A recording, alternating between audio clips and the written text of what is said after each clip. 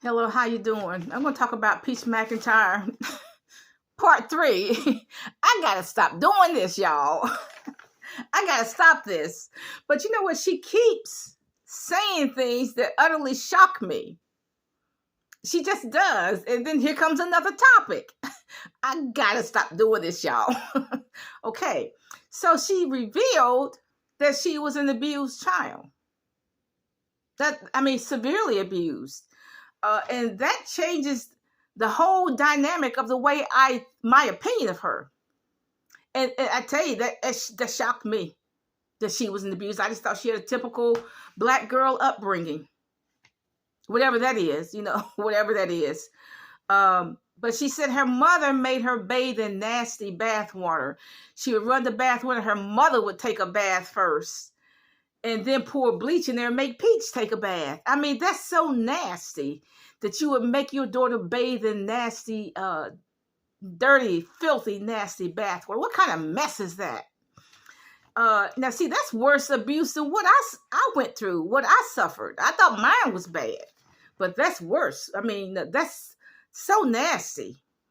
Her mother is, what's the truth? Her mother's diabolical. She's cruel. She's sadistic. Those are some of the adjectives that I can think of. But I understand her a little bit more. I understand why she cusses. It's a self-defense mechanism. Okay, if I cuss and I cuss everybody out, then they'll leave me alone. I understand that a little better. Okay.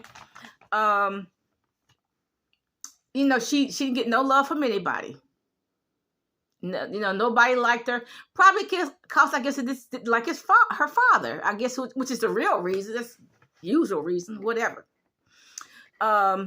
Nobody cared about her. I'm talking about really nobody. Made sure she had decent clothing. Nobody made sure she had decent food. Whatever. Now, in the beginning, when I started watching Peach McIntyre, she fascinated me because she had 5 children. And she showed how organized she was. She had her food over here in this pantry. She had her canned goods here. And all the cleaning supplies there. And I just found that fascinating that a woman with 5 children can be that organized. That's why I started watching her. And like I said, I'm always glad to see a black woman in that state of mind. Just because you're poor and have 5 children does not mean you have to be disorganized and dirty and nasty. I could see, in the beginning when I started watching, she had 5 children, but she was nice and clean. The house was nice and clean. It was nicely decorated. Her Section 8 apartment, she said it was Section 8, was all nicely decorated. The furniture was nice. The children were nice and clean. And she, like I said, she had her pantry all organized.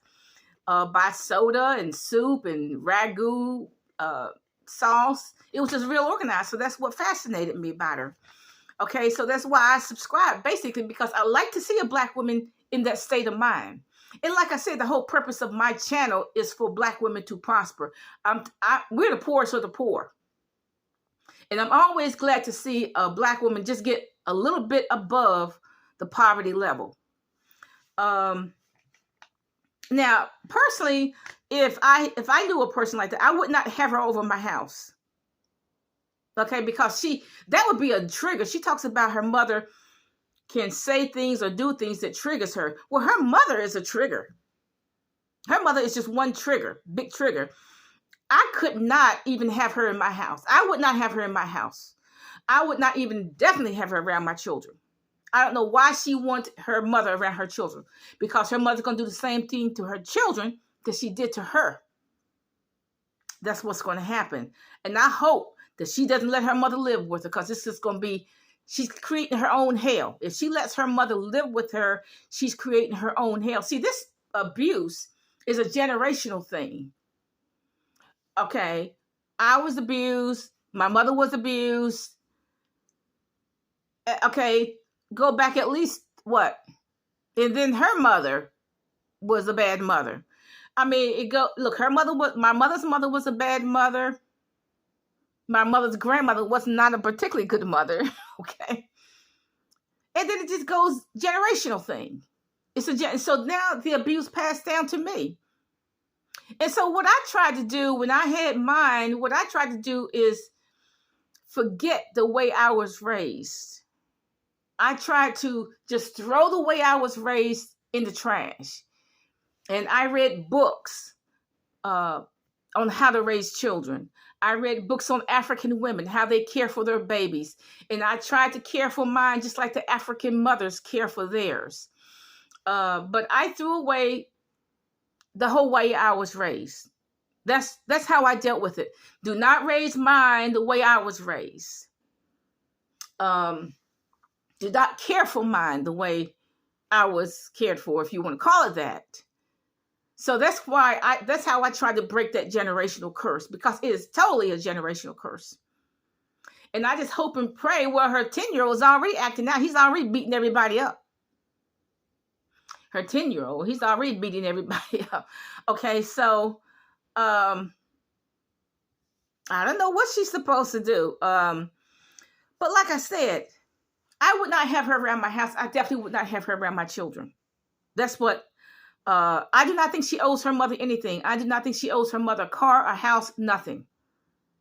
And that's what my opinion is. So my advice to Peach is not to repeat it. Look, read the books on how to raise children. There are a lot of them out there. Dr. Field probably wrote a few books.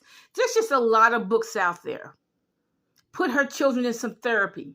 Stop spending money on $1,000 hairdo, and then take that money, put her children in therapy, especially the fighter, y'all. Save her money and generate more businesses.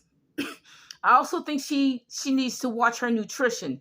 She's eating fried pork chops and all this cholesterol. I submit to you that her and Wood got cholesterol issues right now. And you know what she was saying? She had this one video. Okay, this is my mother's recipe for macaroni and cheese. Now, why would you eat the recipe that your mother made for mac and cheese? She said it was nasty. But look, why would you eat that?